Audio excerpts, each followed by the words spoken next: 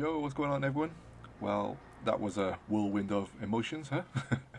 Yeah, I did actually record a somewhat live reaction to this latest direct, but it was my first reaction type video on the spot like that, and it wasn't exactly entertaining. I wasn't saying much over the half an hour, so I decided to scrap it. But it's certainly something I'll consider again in the near future. But sometimes when it comes to discussing these things, it can be better to wait till the next day to soak up all scraps of information that normally trickle out afterwards, and hopefully deliver a more informed and educated opinion on what actually transpired. But overall, my thoughts on this latest direct are mostly, pretty positive, with naturally a few niggles. So let's get into these things that pique my interest the most. Starting with Luigi's Mansion on the 3DS. I found this a really strange game to be releasing on the 3DS now, or even at all.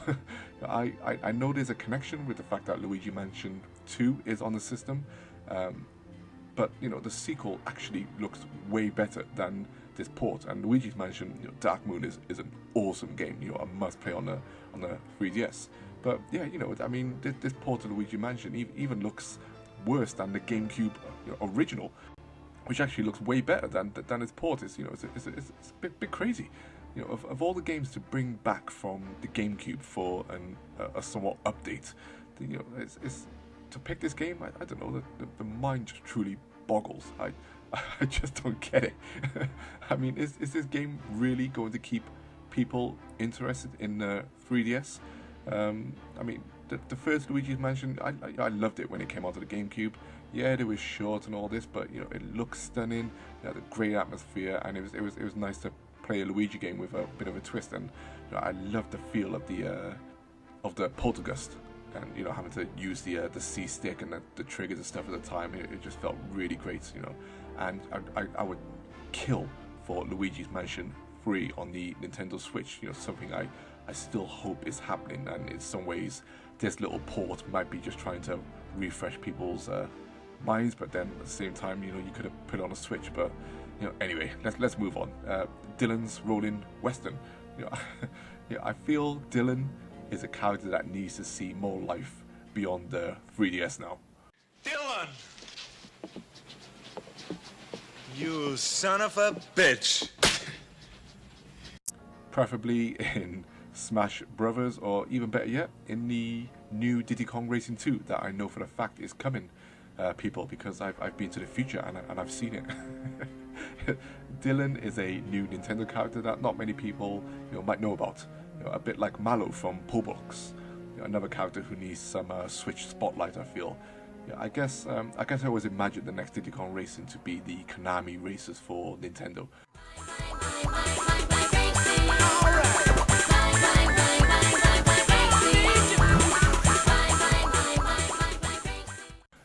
Putting the spotlight on those lesser known characters. Anyway, and then you move on to Mario and Luigi, two games coming in 2019, which I just find to be bonkers for some reason. A part of me is now like, okay, the 3DS needs to be put to pasture. It needs to go. Sure, it's still selling. Sure, it's still a fantastic handheld. I absolutely loved my 3DS, but a part of me is like, this console should perhaps should have ended on a bang with Metroid Samus Returns, or something, because the games coming out now are starting to feel somewhat desperate. I think like they are really clutching at straws to keep this console going. I'll be interested to know your thoughts on this, of course. What you feel about the 3DS now and the games being announced for it, and what's left for the console. Moving on again, we have Captain Toad from the Wii U. Now, this was the one announcement that really got to me. Once again, as someone who owned a Wii U, it's always a personal thing. I know people are going to say, it's great for those who didn't play it, but once again, it sounds harsh, but I kind of don't care. I played Captain Toad on the Wii U. I absolutely loved it. It was a phenomenal game, really colourful, real cheerful, and the amount of content in it, my God, you thought you completed it, but then a whole new bunch of levels would open up, and the last few levels that link in Mario 3D worlds were just really, really good. But I feel like when they announced Captain Toad, it came out so quick on the Wii U. It's one of those great little games that seem to come at the right time on the Wii U to fill that little spot before the next big game came along, and they seem to have made it pretty quickly. And yeah, I'm really disappointed that there's no Captain Toad 2 announced on the Nintendo Switch. Instead we got this port. And what makes me feel like Captain Toad 2 won't come is the fact that they've added Super Mario Odyssey levels to this Captain Toad. And like I said, the first Captain Toad introduced Mario 3D World levels and linked those two games together.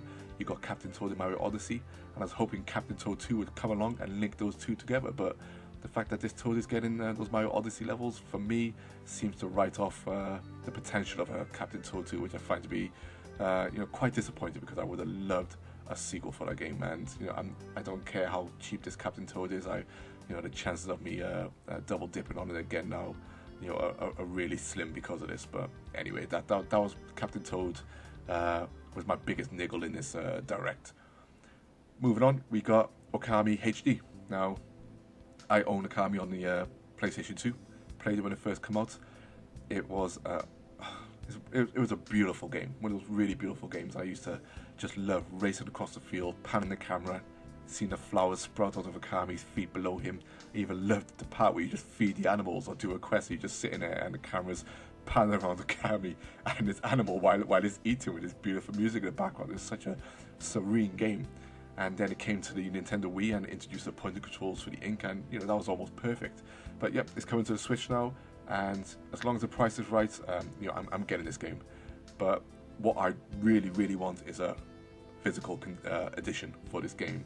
It's one of those games that I want a box for. I'm definitely more of a physical person, collector, and for some games, for most games, I want the box for. And I really hope Capcom or someone does a box for this game. Even though they didn't announce it, it seems to be just download only, which will be disappointing. If it does turn out to be download only and there's no hint of a box coming, I'll probably still get it because that's the only option I have. But I would love a box for this game. But yeah, Okami HD, I'm happy to see it on there. I remember chewing it out first of all when it wasn't announced for the Switch, when it was announced and stuff. But glad to see it coming. So yeah, I'll be getting that probably. Then you have No More Heroes 3, which looked really confusing. I don't think it's been fully confirmed yet, even though they kind of mention it. But at the moment, it looks like a bunch of mini games. Now, I remember when they first announced it, there was meant to be like a collaboration between lots of different indie games, indie developers, to make this kind of like a joint indie game.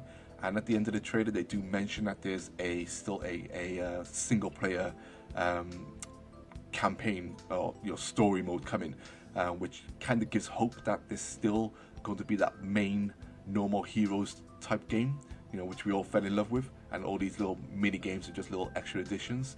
If it turns out to just be all these little mini games, it's going to take some convincing. They do look still funky, got a lovely art style to them. Some of them look a bit, basic. But yeah, I mean, No More Heroes 3, it feels a bit weird to announce it right now. Just like that, I feel like this could have stewed for a bit longer. We could have happily waited for the bigger announcement on this, but anyway, you can clearly see that it's progressing.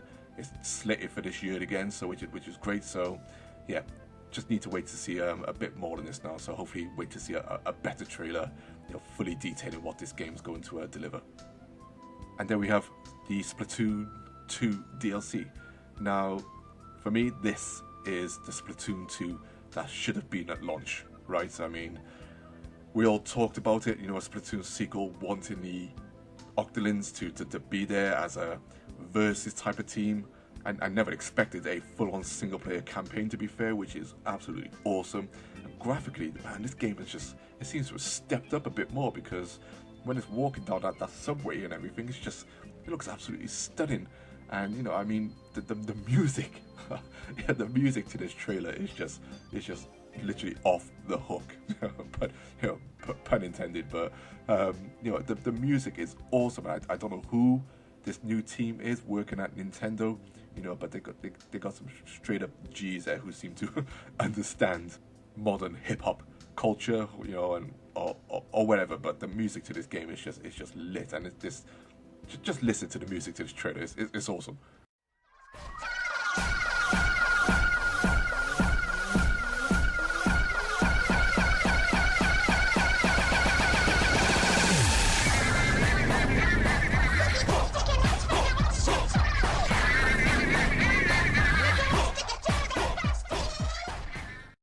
But yeah, Splatoon 2 DLC is looking, you know, really good, really good. There seems to be a lot coming with it. It's the first paid DLC.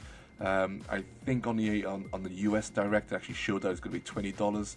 Whether they completely mirror that in Europe or whatever to be £20 or €20, I don't know yet. But by the looks of the amount of content that's coming in there, I think it's going to be worth it. And you know, I think it's going to get a lot more people back into Splatoon, and you know, this is what's needed. You know, quality, substantial DLC that looks great, and we had it for Mario Kart, so you know, Splatoon 2's time, and you know, and if it's good, like I said, I'd be more than happy to pay for it. But yeah, Splatoon 2's looking awesome. And then we had everything that the trailer that everyone's talking about, which was the Smash Bros reveal. Now, when it first started going on, I, like many people, I thought that they were going to bring Splatoon 1 or something like that to the Switch, and I think that was mostly because I was in Wii U port mode, you know, because there's been so many ports of Wii U games.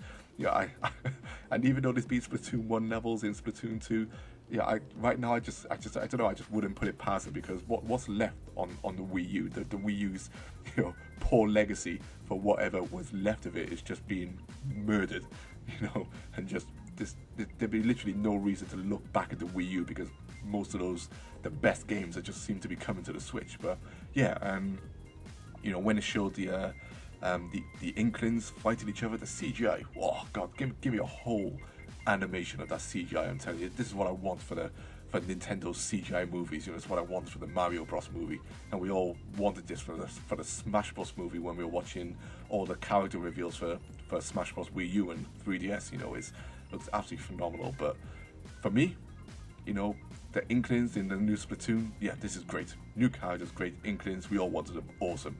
But for me, oh my god, when it panned round and you're in all the darkness, you see the dark silhouette of Mario, who looked like he had either been killed or is going to kill someone. And then you saw Link, and like we all screamed at the screen, oh my god, that's Breath of the Wild Link. For me, that was the most hyped moment of the whole Direct for me, and that whole Smash Bros trailer. Just for some reason, just knowing that you're gonna have this Breath of the Wild Link in the next Smash Brothers, and you know, I'm on the fence saying that this is a brand new Smash Brothers. It just has to be. Everything points towards it being a brand new Smash Brothers. And you know, a lot of people says, you know, there's not enough time. It's been nearly 4 years. You know, it's just as simple as that. There's been enough time. If they use the Wii U Smash Bros engine, which was mint anyway, it was 1080p anyway, it was 60 frames per second anyway. With the Switch's extra power, you can get some nice, beautiful character models in there. It's a new stage. It's just built off that original engine. You know, they could just work magic really quickly. And Sakurai recently came out and said that he's involved on the game. He's been working, you know, hard all day, every day on it, keeping quiet, and we're gonna wait for more.